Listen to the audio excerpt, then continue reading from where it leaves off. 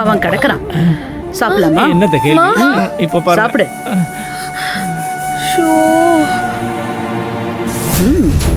நல்லா இருக்கு மாப்ள. சாப்பிடுங்க சாப்பிடுங்க.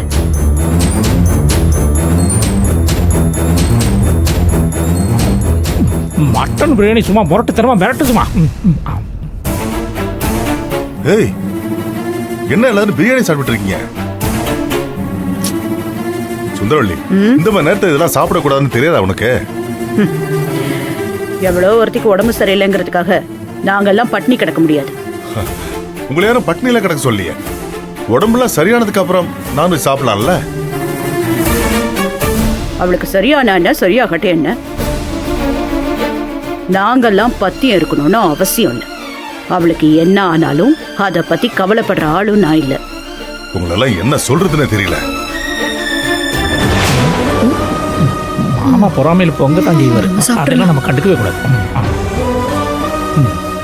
முட்டை.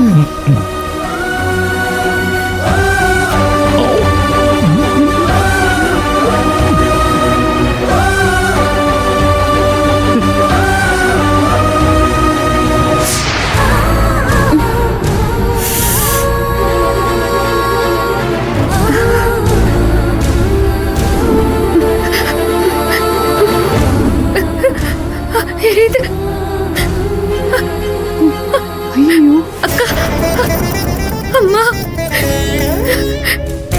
எரியுது, தாங்க முடியலக்கா, எரியுது எரியுது. விஜயக்கா, என்னால தாங்க முடியலக்கா, ரொம்ப எரியுது.